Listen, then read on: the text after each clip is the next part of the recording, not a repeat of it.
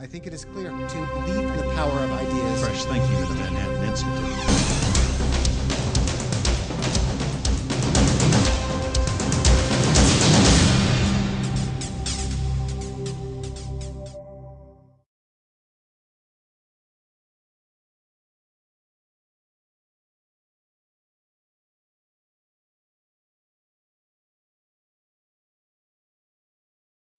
Good evening. I'm Larry Mohn, president of the Manhattan Institute, and it is my pleasure to welcome everyone to our 6th annual Hayek Lecture. I'd like to begin by acknowledging Manhattan Institute trustee Tom Smith, whose intellectual and financial capital supports tonight's event. Several years ago, Tom approached us with the idea of organizing an annual Hayek Lecture that would publicly celebrate Friedrich Hayek and those who have followed in his footsteps. 3 years ago, Tom decided to also incorporate a Hayek Prize, a sort of free market Pulitzer that would recognize the long-running influence of the road to serfdom and encourage other scholars to follow Hayek's example. The Hayek Prize is awarded to the book, published within the past 2 years, that best reflects Hayek's vision of economic and individual liberty. We gather nominations, and the winner is chosen by a selection committee of distinguished scholars and economists, many of whom are in the audience tonight. Given the assault that free market capitalism is under these days, last year Tom decided to add some additional encouragement and increase the Hayek Prize cash award to the very substantial sum of $50,000, which to my knowledge I think is the largest cash prize in America for a book award. I will now turn the podium over to James Grant, who will offer the formal introduction for our 210 Hayek Prize winners. As many of you know, Jim Grant is the founder of Grant's Interest Rate Observer, a twice-monthly journal that is an indispensable resource for those in the financial community. Jim's essays in Grant's Interest Rate Observer are widely noted for their erudition and wit, and most importantly, their prescience.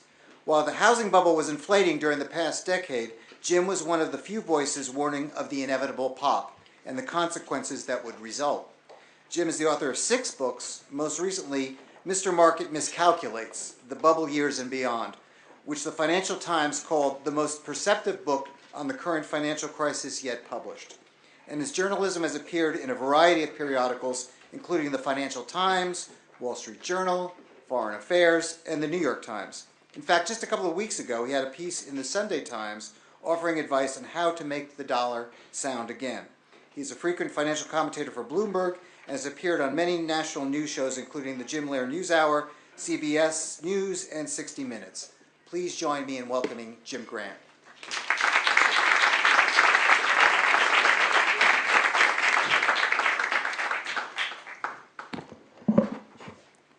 Well, thank you, Larry, and good evening, Hayekians and Manhattanites, and Brooklynites, if you are in the audience.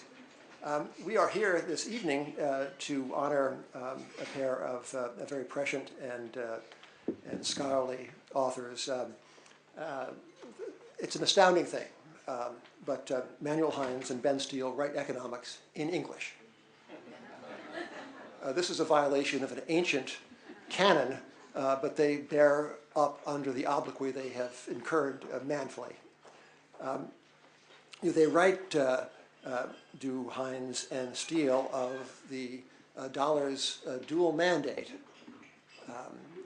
As you know, the dollar is the world's currency, but the Federal Reserve is America's central bank. And in that tension, the two of them have written a truly wonderful book about our contemporary monetary fix.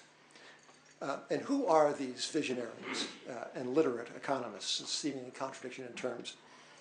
Well, Manuel Hinds is the author of Playing Monopoly with the Devil, which is the most descriptive title of a monetary tract I have heard in years. It's about the dollar and dollarization. He speaks with practical knowledge, having supervised the dollarization of the El Salvador economy. Many economists are cloistered creatures, not Manuel, who has been in the thick of coups and revolutions and civil wars and monetary controversy, and has come out of it in one shining piece, thanks to his wife Patricia. As for Benn Steil, the father of Ethan, He is a senior fellow and director of international economics at the Council on Foreign Relations. The fact that the Manhattan Institute is honoring the council, to me, it's lions lying down with lambs. It's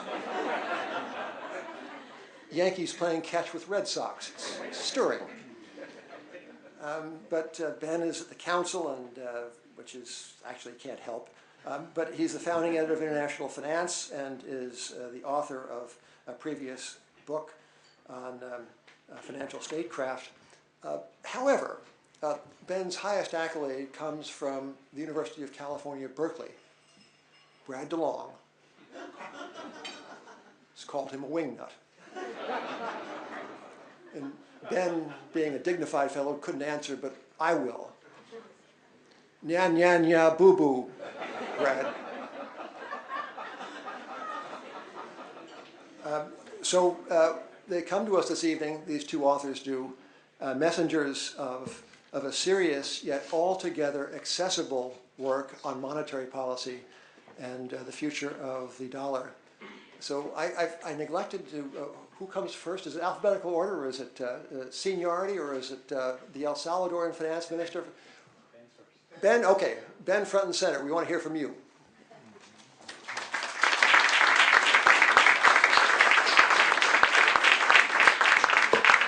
Thanks, Jim. Just one little addendum. This is the second year in a row now that the Manhattan Institute has honored the Council on Foreign Relations. My colleague Amity Schlaes won this wonderful prize last year, so we're extremely grateful to the Manhattan Institute as an institution.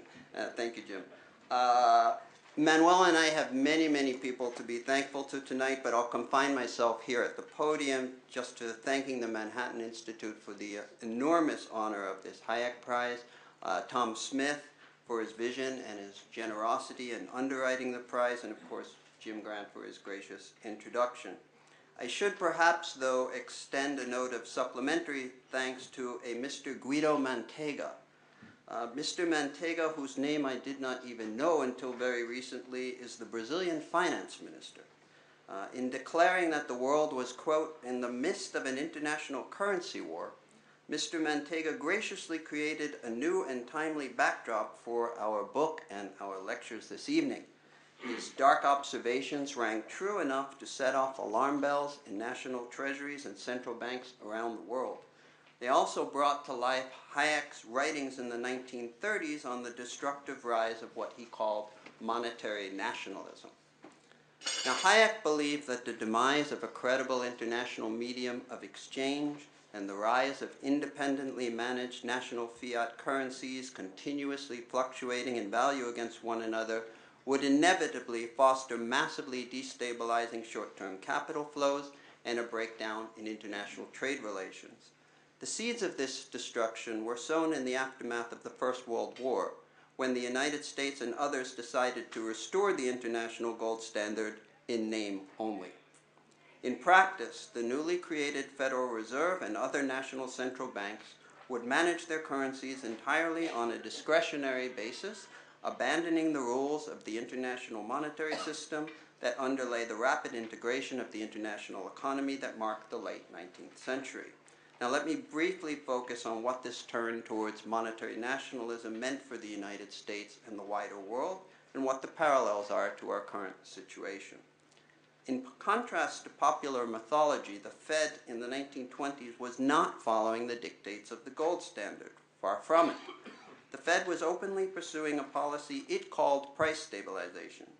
Of course, the idea that the job of a central bank was to stabilize some collection of prices is orthodox today. Yet to stabilize the prices the Fed was targeting in the 1920s, in the face of enormous downward pressure on such prices from rapid technological advance, the Fed had to force enormous quantities of bank credit into the economic system as an offsetting factor. Writing 3 years after the crash, the British economist D.H. Robertson observed that, quote, "The great American stabilization of 1922 to 1929 was really a vast attempt to destabilize the value of money in terms of human effort by means of a colossal program of investment in buildings, motor car plants, etc., which no human ingenuity could have managed to direct indefinitely on sound and balanced lines, unquote. Not even the human ingenuity lodged in the U.S. Federal Reserve. Well, what was the result? Now, everyone today knows about the stock market boom and the subsequent crash in 1929, but few are aware of just how pervasive the credit bubble was. Over the decade to 2007, we witnessed here in the United States, quote, a construction boom of previously unheard of dimensions. A real estate boom developed first in Florida, but soon transferred to the urban real estate market on a nationwide scale, unquote. It actually took this quote from a book written in 1937 by 3 economists writing about the mid-1920s. There was also a critical international dimension to the American credit bubble and crash, which has precise parallels today. Consider first how the U.S. and China would interact under a classical gold standard. If the U.S. sent $1 to China, China would have to redeem that dollar for American gold. A fall in the U.S. gold stock would necessitate a rise in U.S. interest rates, which would reduce credit growth, reduce prices, and reduce the trade deficit. This is the mechanism by which the gold standard automatically corrected what we call today global imbalances. Compare this with today's actual monetary structure. When the U.S. sends $1 to China, China immediately returns it in the form of a low interest rate loan. That dollar is then recycled through the U.S. financial system, causing further credit growth and, critically, no countervailing Federal Reserve action. The bubbles and imbalances that have marked the past decade, as they did the 1920s, are features of a monetary regime which operates in precisely the opposite fashion as the one which operated during the great globalization of the late 19th century. America is not, as Fed Chairman Ben Bernanke would have it, a passive victim of a global savings glut. It should not, therefore, be surprising that bubbles continue to emerge in one asset market after another, and will continue to burst with damaging consequences. To grasp what we are getting ourselves into, consider this analogy. You get into the shower and turn on the water, and nothing comes out. You call the plumber. He tells you there's a hole in the pipes, and then it will cost you $1,000 to repair it. You tell him just to turn up the water pressure instead. Does this sound sensible? Well, this is the logic behind QE2. The Fed's strategy to keep flooding the money pipes until credit starts flowing freely again from banks to businesses. Now, you wouldn't expect this to work in your shower, and there's little reason to expect it to work in the commercial lending market. The credit transmission mechanism in the United States has been seriously damaged since 2007. There is a hole in the pipes. Small and medium-sized businesses in this country are dependent on small and medium-sized banks for their access to vital credit. Yet too many of such banks remain walking dead, unable to lend because their balance sheets are littered with bad commercial and real estate loans made during the boom years. The Troubled Asset Relief Program, or TARP, was an opportunity to force banks to disgorge bad assets. This would have repaired the credit pipes. Instead, banks were obliged only to take equity injections from the government, equity they consider politically toxic, and they have therefore been focused on returning it at their earliest opportunity, not on using it to boost lending. The net result is that even though the Fed has driven its short-term lending rate down to zero, most banks will only lend on vastly greater collateral and at much higher real interest rates than before the bust. So we plow on now with the cheap option. Flood the pipes and see what comes out. But make no mistake, something will come out. We've already seen the liquidity intended to boost domestic bank lending instead spill out through the cracks into markets as diverse as agricultural commodities, metals, and poor country debt. What is remarkable about this is that some of QE2's most prominent cheerleaders actually think it is all well and good wherever new demand shows up. After all, it is only aggregate demand that matters to the Keynesian faithful. To worry about the composition of demand, like a Hayekian, is silly. It only complicates the algebra. Nobel economist and New York Times columnist Paul Krugman who today berates the Fed for not opening the sluice far wider, in August 2001 wrote that, I quote, "The driving force behind the current slowdown is a plunge in business investment. Yet to reflate the economy, the Fed does not have to restore business investment. Any kind of increase in demand will do," unquote. In particular, he continued, quote again, "Housing, which is highly sensitive to interest rates, could help lead a recovery," unquote. A year later, the Fed not having moved aggressively enough for him, he divined that, quote, "The Fed needs soaring household spending to offset moribund business investment, and to do that, it needs to create a housing bubble to replace the NASDAQ bubble," unquote. Wish granted. It is the great seduction of Keynesianism that its economics consists merely in the government's manipulation of national aggregates, and that the flagging animal spirits of the inscrutable entrepreneur need only be compensated for, quickly and painlessly, by government money printing and spending. But we cannot afford a sequel to the crisis we are only just now unsteadily emerging from. The outside world, which relies on the US dollar as its primary trade vehicle and therefore reserve asset, cannot be expected to watch passively as dollars continue to spew forth into their currency, commodity, and asset markets with no clear end in sight. The idea that freely floating exchange rates will take care of everything is belied by the post-1971 history of recurrent international financial crises, which compares abominably with the pre-1914 era of the classical gold standard. And it was Hayek who observed in the 1930s that floating exchange rates, combined with monetary nationalism, was a recipe for trade wars and political conflict. Now, one conviction that Hayek did share with Keynes was the belief that ultimately the power of good ideas trumped the power of organized interests, no matter how entrenched such interests were. In Money Markets and Sovereignty, Manuel and I have tried, in the spirit of Hayek, to capture the good ideas which, over millennia, going back to the great Stoic thinkers of the ancient Hellenistic world, have been essential to creating sound law, sound money, and enduring international cooperation, ideas which underlay what Hayek called the Great Society. We hope in some small way to encourage a renewed interest in such good ideas. Thank you very much.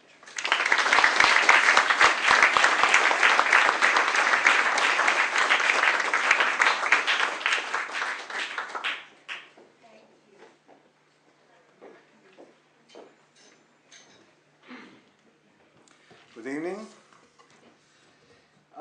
Before I begin, let me join Ben in thanking the Manhattan Institute and the Thomas Smith Foundation for this tremendous honor. Hayek is one of our personal heroes, and to receive this award in his name is one of the highlights in my career. In the last 15 years, we got into a horrendous monetary disarray that Ben has somewhat described before me. We have gone from bubble to bubble and from bust to bust, printing money first to keep the economy going, then to overcome the bursting of the dot-com bubble, then to sustain a triple bubble of housing, securitized instruments, and commodities, then to overcome the effects of the burst of these bubbles, which is leading to a second commodity bubble and a booming in emerging markets that seem to be just waiting to go bust. Being in this situation is a sobering experience that we should not let go without answering three questions. First, how did we get into this disarray? Second, what can we do to get out of it? Third, how could we avoid getting into this kind of disarray again? Please allow me to start addressing the first one. How did we get into this disarray?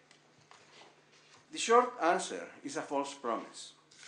We started the 20th century with the gold standard, a global monetary system that met the common citizen's idea that a currency should keep its value through time and space. This was true nationally and internationally. The global underlying currency was gold, and the national currencies were promises to deliver fixed amounts of gold to the bearer.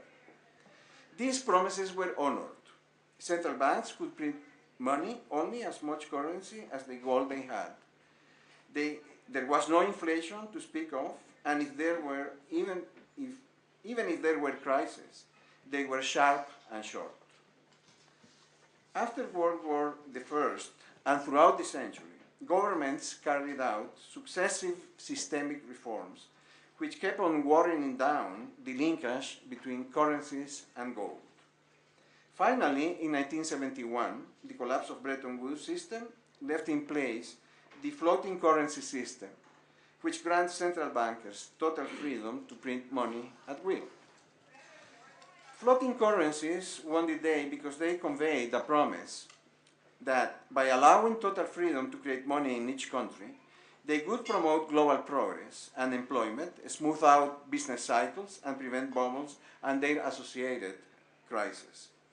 These expectations were based on what we can call the one-dimensionality of macroeconomic theory, the idea that demand is a homogeneous quantity which affects all sectors in the same proportion. Under this assumption, recessions come about because demand declines, negatively affecting the sales of all sectors in approximately the same proportion. This leaves all sectors with unsold inventories, impairing their ability to service their debts. If the world were like this, printing money would be like the gas pedal in an automobile. It would increase demand equally for all sectors, which then will sell all their excess inventories, will pay their debts, and start growing again. But reality is not like this. Injecting money is like a gas pedal that would accelerate some wheels more than others, deforming the vehicle when pushed to the floor. The problem of recessions is precisely that distortion. A deformed economy easily skids. These deformities initially take the form of bubbles, which increase demand for certain assets, say .com shares, or houses, or commodities, leading to higher prices not in the entire economy, but only in these particular assets. People overinvest in these sectors and feel increasingly richer while the boom is raging, generating a consumption binge that spreads the illusory gains of the boom to everybody else in the economy. Then the bubble bursts and the demand for the booming assets collapse along with their prices. Demand does not contract uniformly, but also in a distorted way, in a pattern dictated by the realities and feelings of people who have become poorer overnight and who want, least of all, keep on buying the previously booming assets. The consumption binge comes to a stop, the economy seizes up because the troubled assets cannot be sold at their post-boom prices without defaulting on the loans burdened on them. Banks stop lending because they don't know who is solvent and who is not. Thus, at the end of a boom and bust cycle, the economy gets deformed twice. The recovery is the process through which its volume, its shape, and the structure of demand readjust to each other again. In this setting, injecting money does not help because it cannot change the composition of demand to get the formerly booming assets booming again. That's how we got into this array, just printing money. That's the cause of all the problems. We printed money. Now we can move to the second question. What can we do to get out of it? In the 19th century, the market got out of recessions through bankruptcies. This extinguished the obligations that creditors could not collect, liberating the troubled assets to be sold at whatever price they could command. These assets became useful again. Loss-making activities and firms ceased to exist, liberating resources for economic growth. While painful, the market procedure led to rapid recoveries. Today, as during the Great Depression, society has refused to allow the market to follow its course. It has given politicians the power to manage the allocation of the losses, hoping that they will revert those. This they cannot do. Yet, politicians can and do use monetary creation to delay the solution of the crisis. By subsidizing and directing cash to insolvent debtors, They allow this to survive without taking their losses, which is without selling their overvalued assets. In this way, they prevent the prices of assets from coming down to their market clearing levels. Logically, assets markets do not clear. Then the impaired assets are not used productively. Resources keep on flowing toward the loss makers. Banks still refuse to expand credit, even to other banks, because since the losses have not been allocated, the risk of lending to an insolvent concern is very high. Paralyzed by fear, the economy does not recover. Delaying the allocation of the losses, and therefore of the recovery, is one of the costs of turning the allocation of the losses from the market to the political dimension.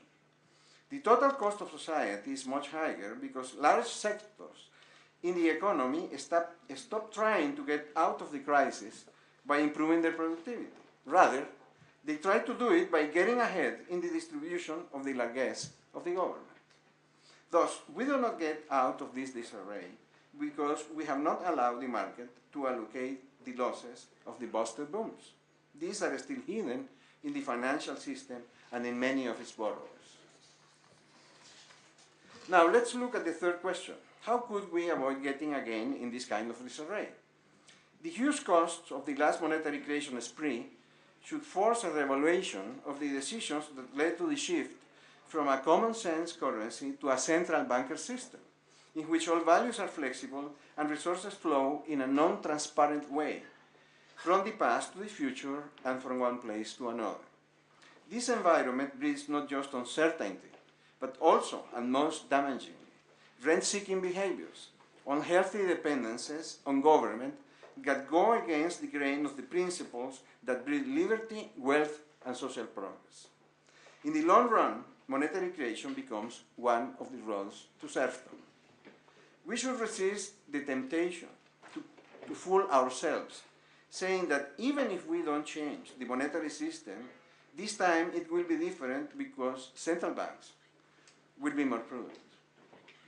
Throughout history, whenever governments can print money, they do it.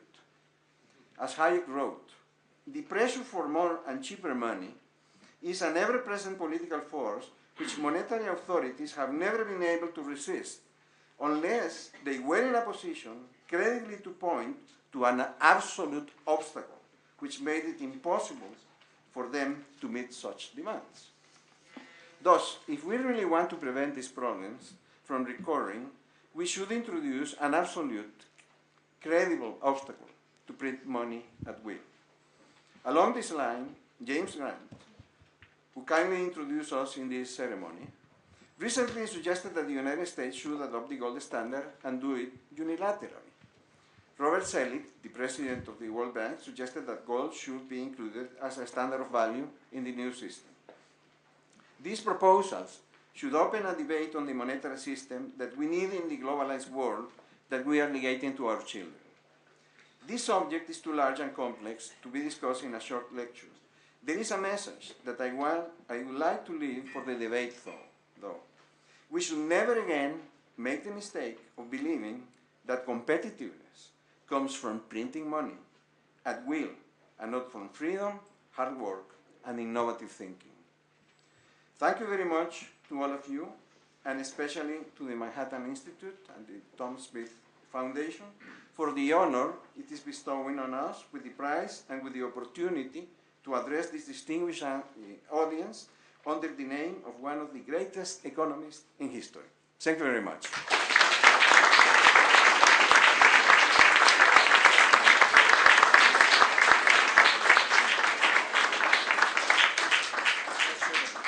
We have time for questions. I'll acknowledge you. Just raise your hand and then wait for the hand mic to get to you so that we can get a good recording of your question. Anyone? First question? John Holmes? Got mics? Right here, John. Are we experiencing a bubble of government finance at the present time?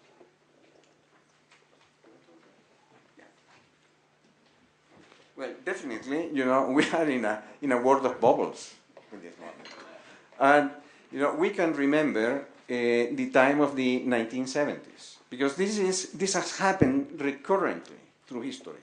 Okay, so you can choose many historical events where what we are living today was lived before. Okay, and then one of these is the case of the demand for treasury documents back in the 1970s.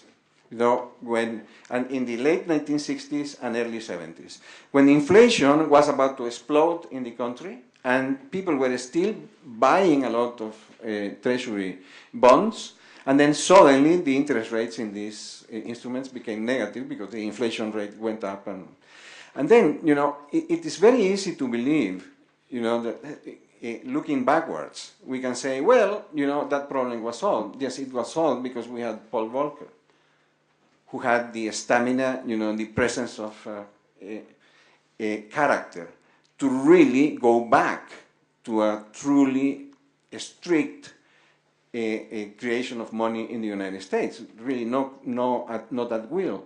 But then I don't know if we are going to have another Paul Volcker. So I think that if we really want to resolve these problems, what we need is a system like the one that, you know, James was proposing.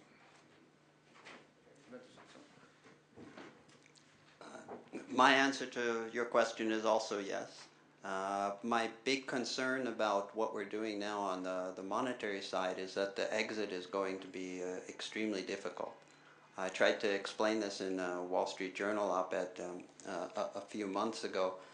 Fed Chairman Ben Bernanke has explained that he's not going to use the usual tools for tightening monetary policy in order to exit the current monetary ease. What would the Fed normally do? Well, it would sell Treasury securities from its balance sheet, and that would soak up cash. We all know the formula. And they would keep doing this until the so-called Fed funds short-term rate hit its target. But the problem that the Fed faces is that their holdings of Treasury securities are actually at normal levels, roughly what they were before the crisis. So what does the Fed have to sell? Well, about $1.4 trillion worth of what I would call politically toxic assets. These are mortgage securities that for mainly political reasons the Fed can't sell. And that's why Ben Bernanke has suggested some rather innovative ways to pursue his exit strategy. They will all in principle work. Let me explain what I mean by that, but in practice I think they will fail. He's proposed, for example, using term deposits. This is a tool by which he will encourage the banks to transfer their excess reserves to deposits that would be held for a fixed period so they could not be used to be turned into credit. Now, in order for him to do this, what interest rate will he have to pay? Well, whatever interest rate the market demands.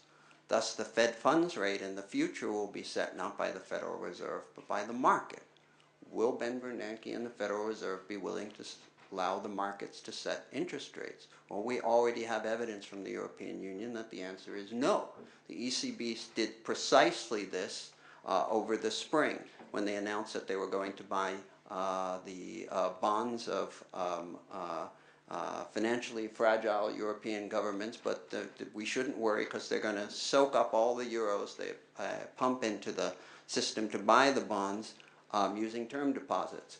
But they said with one caveat, we will only pay a maximum of 1% interest.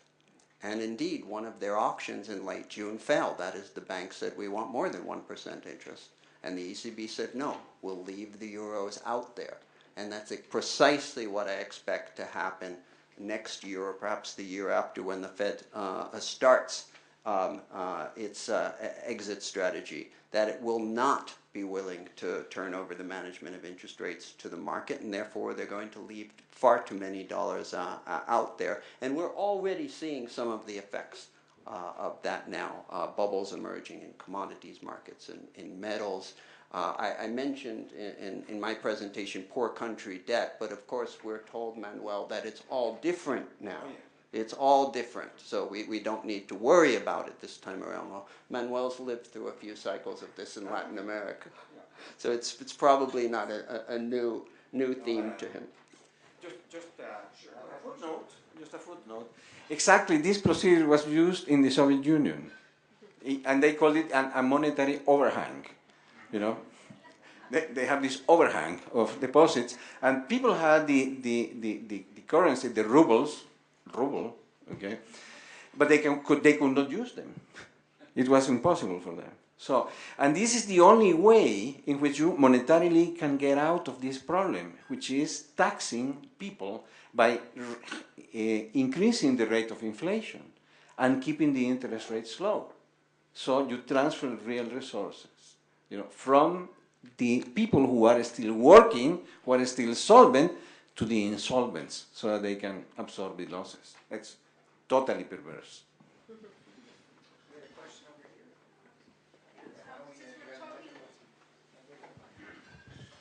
Since we're talking about bubbles, just wanted to get your thoughts on the likelihood that the agriculture is the next industry to produce a bubble.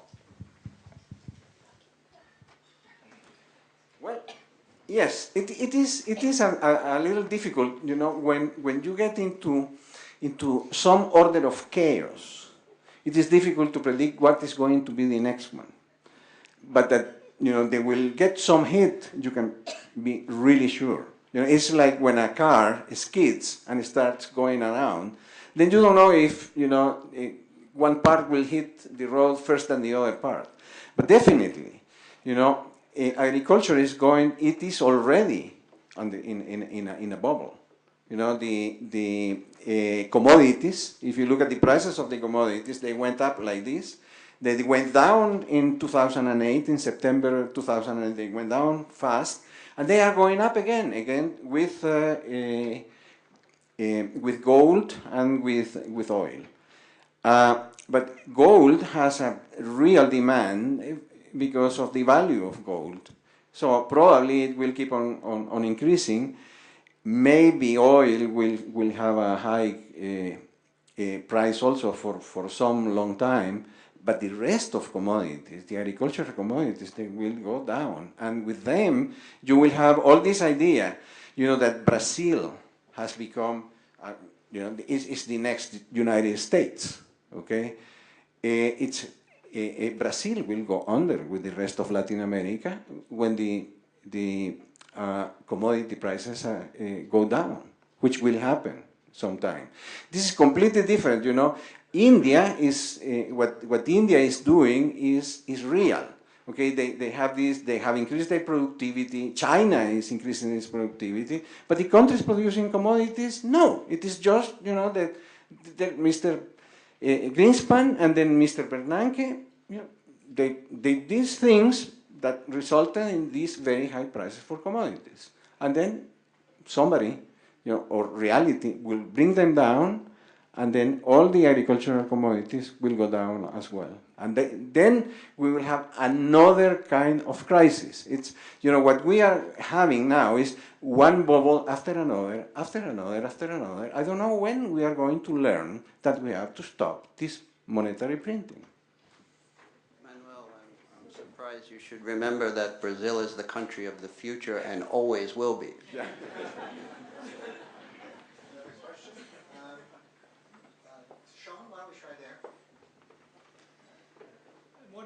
Where the two of you think we are in terms of the global competitive valuations that Finance Minister Manteiga identified or made famous. Are there more shoes left to drop? Are we going to see quantitative easing from other countries in an effort to debase their currencies, or has there been some kind of stability agreement reached such that we're not going to do that and we're not going to further the currency war at this point? You know, I was saying that really printing money is one of the roads to serfdom. You know, what happens is that when you start printing money like this, in a monetary system like this, the allocation of resources go from the market to the political arena. Okay, it is no longer the market. It is some people in some non-transparent way and in some non-transparent place, they decide what they are going to do. And of course, you know, there is no solution to this, a currency war, you know, because everyone believes that they have to devalue more than the other, and so it is absolutely impossible. So the floating currencies have reached they had been reduced to the absurd. Okay, so if you look in history, who has been able to resolve this problem? The country that decides we are going to have a strong currency, and our competitiveness doesn't come from the currency.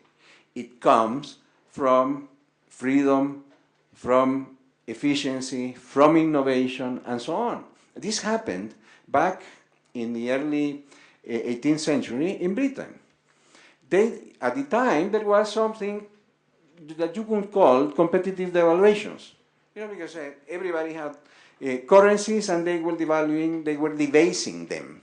Because at the time, they were taking some gold out of the currency, of the coins, so that they could use more coins and then finance more statues for the king and so on. And then Britain decided our comparative advantage will be that we are not going to cheat, that we are going to have a gold standard. And they unilaterally, they decided, as James suggested, they decided we are going on a gold standard and we are not going to cheat. And that was the country that led the Industrial Revolution. That was the country that became the owner of the world. Because they were not trying to win or earn their living by cheating the other, but they were really establishing a monetary system that really established a value. Just to give an example that I read in one of the editors of Hayek said, if you think that value, there is something called value, and that prices measure value, this is exactly the same as a clock and time.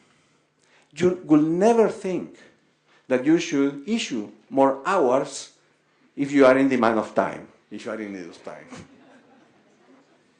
The United States today takes the position that the fault with regard to global imbalances lies with the creditor, in particular China, which is by far the world's largest creditor nation. It's remarkable that if you go back to the 1930s and 1940s, when the U.S. was in precisely the same position as China is today, as the world's dominant creditor nation, we rejected that view entirely, particularly when Keynes advocated it. At Bretton Woods, we would have no part in that. Our position was that debtor nations had to adjust. With regard to exchange rates, it's fascinating that in the 1930s, the U.S. Treasury Secretary, Henry Morgenthau, ruthlessly bludgeoned the Chinese to peg their currency to the dollar. Why did he do that? Well, currencies around the world were declining against the dollar at the time, and this was undermining U.S. competitiveness. The Chinese currency was pegged to sterling, which was falling against the dollar. So it was the Treasury's position that China needed to stop that, or we were going to punish them. So where's the consistency in our position? Well, the consistency is clear. We always favor a weaker dollar. That's what we favored in the 1930s and the 1940s, and that's what we favor today. If that means that we have to reverse positions on whether creditor nations or debtor nations need to adjust, we have no problem with making that change.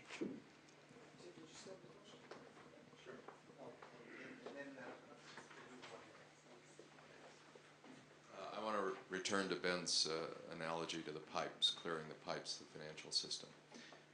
When Andrew Mellon, Secretary of the Treasury, famously called for liquidating assets and liquidating farmers and et cetera, what have you, in 1930-31, he caught holy hell for it. The policy was never really pursued, but politically it was toxic. It sounds as if what you both are advocating under a hard asset system is pretty similar to that as far as a remedy. What makes you think it's politically acceptable today? It's a good question. I mean, we know from the experience of the past few years that it's not actually politically acceptable. Let's look at the original idea behind TARP. The original idea was to force the banks to disgorge their bad assets. Now, clearly, this would have cost something. In the case of cleaning up the savings and loan crisis with the Resolution Trust Corporation, it's been estimated that it cost about $125 billion to do. But we did it, and the economy recovered quite quickly after that. And that's because the banks were able to start over with clean balance sheets. But we decided this time around that that was politically too difficult. It was much easier politically to inject capital into the banks. Now, I think that could have been part of the solution in order to stabilize the situation. But the notion that the banks would use that capital to expand their balance sheets, I always found fanciful. The banks were determined to return that capital as soon as they could because it was a black mark on them. It was hurting their business. It wasn't helping it. So I think what we're going to see for the next several years, maybe even longer, is an America dominated by the sort of zombie banks we saw in Japan in the 1990s, and that's what particularly worries me. So I think your point is right. We probably don't have the political will to repair the pipes. There is, I work in several financial crises in developing countries.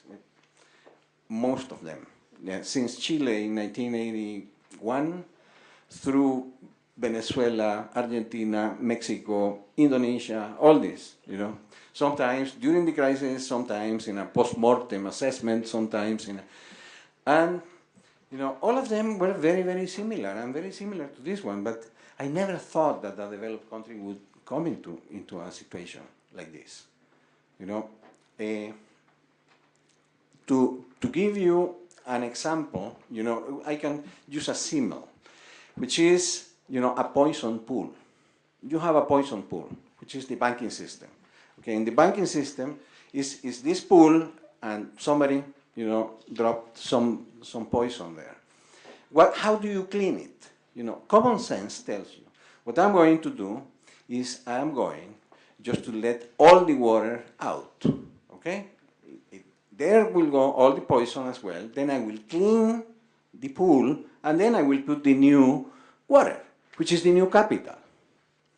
And this is what we told, all countries in crisis to do. First, you have to take the losses, okay? And the losses should be taken first by the shareholders, and then, all this in this order. But then, what has happened in the United States, and it's happening in Europe now also, and in many other countries, is that you are not emptying the pool. You are just injecting more water into the pool.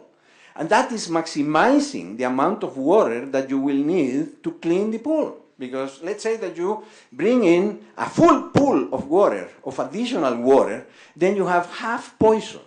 Okay? Then you have another pool, and then it will be a fourth poison. Okay? And this is what the government is doing, because it has not faced the problem and say, okay, now we are going to clean the banking, the financial system. And you can see, if you look at the statistics, the monetary statistics, the central bank, the Fed, is creating enormous amounts of money, but the credit to the private sector and total credit is going down. It's going down, very, very sharply. There are two events in history where this has happened. One is the Great Depression, and the other is this one. And in two cases, the problems have lasted a long time because you are not cleaning the pool. If you don't have a clean pool, nobody will lend money, because they say, I'm going to lend to toxic banks. So the banks don't lend to each other. So now, going back to your question is, okay, when are we going to learn that the best thing to do is to clean this? If we don't learn that, we will keep on having a bad economy, and the economy is not going to recover. That's it. One quick question. If your mine's close enough to the last one, you can go to somebody else. Ken?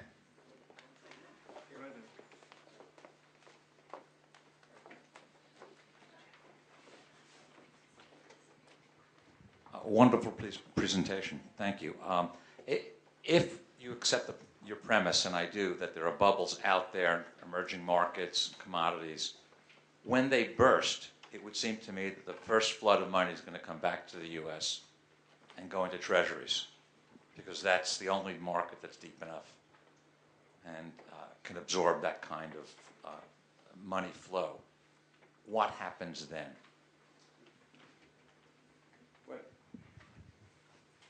Well, I'm not sure that it is going to go into treasuries. Up to now, it has gone into treasuries, okay? But the point is that the United States, the Fed has enjoyed, what the French called the exuberant privilege. I think it was de Gaulle who said that. And he spoke of this exuberant privilege because it was a solid economy, because of all the productivity of the United States and so on, but also because there was a trust in the dollar. But the way the people behave with dollars in the United States is completely different from the way people behave with their currencies in other countries.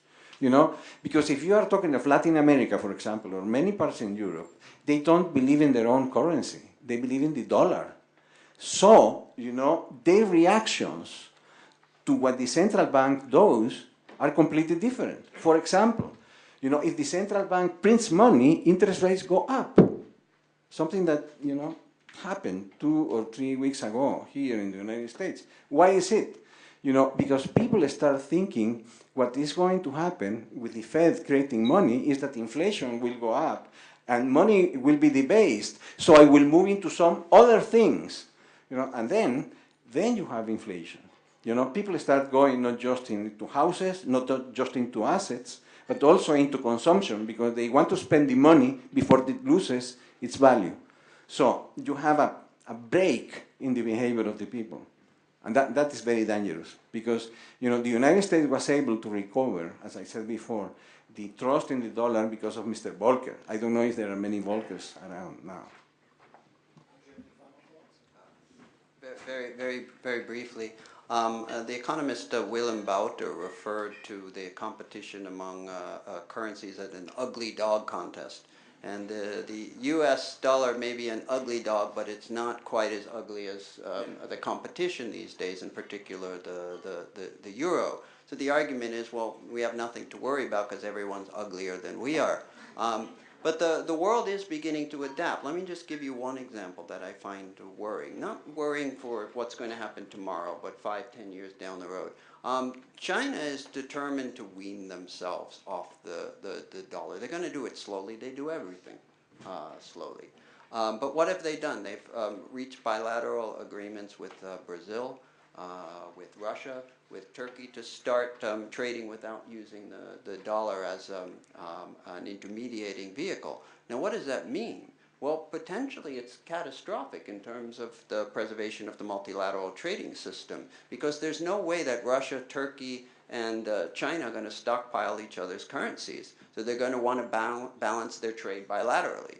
If everybody wants to balance their trade bilaterally, we go back to the sort of barter system that we saw in the 1930s that went hand in hand with the collapse of global trade and the collapse of global wealth. And that's what worries me about declining faith in the U.S. dollar. Thank you again, both.